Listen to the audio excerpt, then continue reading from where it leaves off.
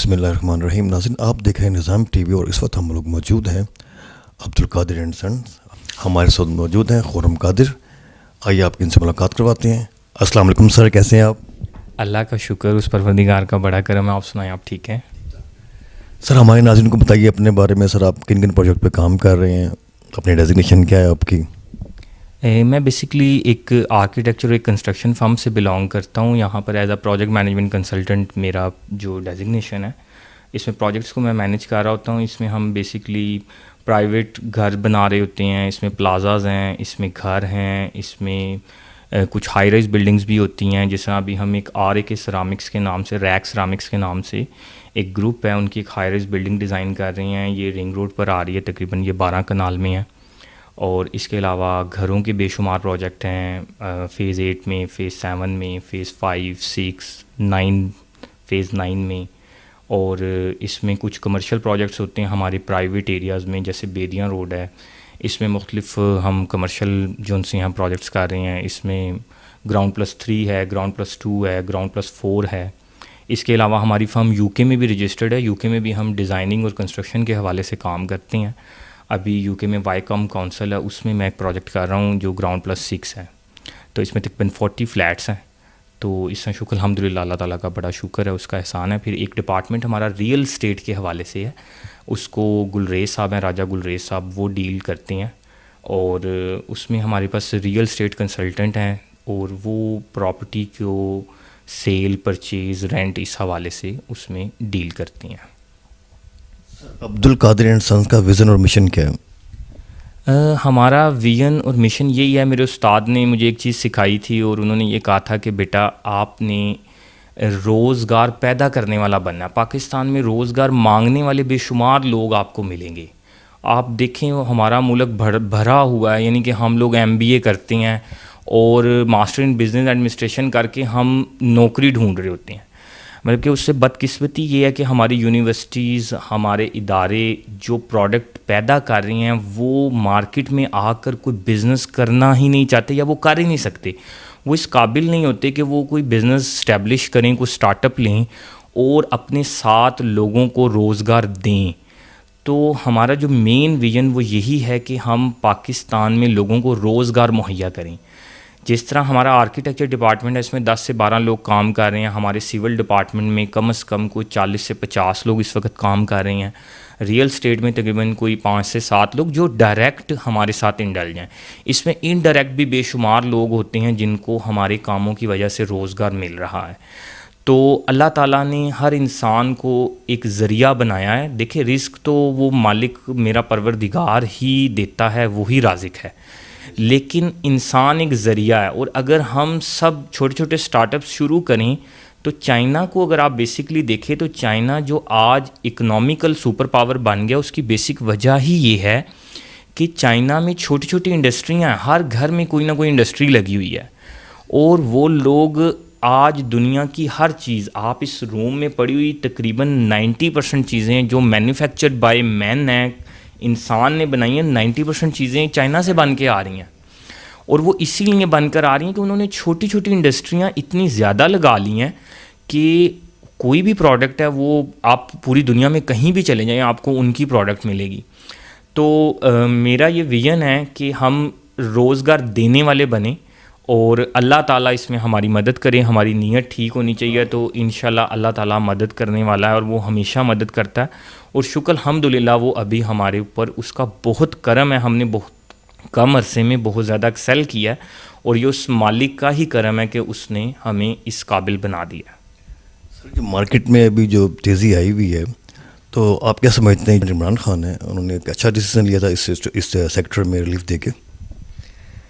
دیکھیں بالکل یہ ضروری تھا, چونکہ کنسٹرکشن انڈسٹری اور ریئل اسٹیٹ انڈسٹری میں سمجھتا ہوں کہ یہ ایک گھر شروع ہونے سے, ایک پلازا شروع ہونے سے, ایک کوئی ہائی رائز بلڈنگ شروع ہونے سے کئی لوگوں کا چولہا اس سے جلتا ہے, کئی لوگ اس سے مستفید ہوتے ہیں. مطلب کہ ایک آرکیٹیکٹ سے, ایک ریئل اسٹیٹ کنسلٹنٹ سے لے کر carpenter, structure engineer, Mason work, labour, painter, بے شمار لوگ ہیں, ٹائل فکسر, پھر ٹائل کا جو مٹیریل ہے، جو اس میں مٹیریل استعمال ہو رہا ہے، فار ایگزامپل برک استعمال ہو رہی ہے ہمارے پنجاب میں زیادہ، تو برک پہ بھٹے پہ جو مزدور کام کریں، یعنی کہ ایک گھر بننے سے کتنی ہی انڈسٹریاں ایکٹیو ہو جاتی ہیں.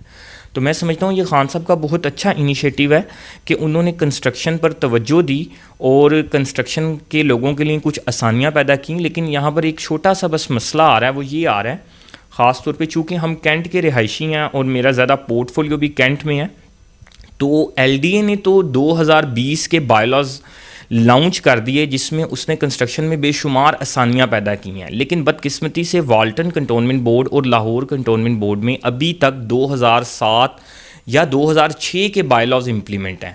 تو وہ جو آسانیاں جو ایل ڈی اے میں رہنے والے لوگ یا جو ایل ڈی اے کی جوریڈکشن میں رہنے والے لوگ یا ٹی ایم اے کی جوریڈکشن میں رہنے والے لوگ انجوائے کر رہے ہیں، وہ آسانیاں بدقسمتی سے ابھی کنٹونمنٹ کے لوگ انجوائے نہیں کر رہے. تو اگر یہ آپ کے چینل کے توسط سے میری آواز کہیں حکام بالا تک چلی جائے اور اس چیز پر غور کیا جائے کہ کنٹونمنٹ کے اندر بھی ہمیں نئے بائی لاز رائج کرنے چاہیے، چونکہ آپ دیکھیں ویسے بھی ہماری آبادی کے تناسب سے ہماری ضروریات کے حساب سے دیکھیں 2007 کے by laws Walton cantonment board میں ابھی تک رائج ہیں. تو 13 یا 14 سالوں میں اتنا بڑا چینج آ چکا ہے، آبادی کا تناسب اتنا زیادہ بدل چکا ہے، تو ویسے بھی وقت کی ضرورت ہے کہ ہمیں نئے بائی لاز کو انٹروڈیوس کروانا چاہیے. سر ہمارے اوورسیز پاکستانی ہمارا قیمتی سرمایہ ہے سر، ان کو آپ کیا میسیج دینا چاہیں گے؟ میں ہمیشہ جو بھی ہمارے اوورسیز میں بہن بھائی دوست احباب رشتہ دار رہتے ہیں، میں ہمیشہ ایک ہی بات کرتا ہوں کہ دیکھیں ایٹ دی اینڈ ہم نے اپنے گھر واپس آنا ہے.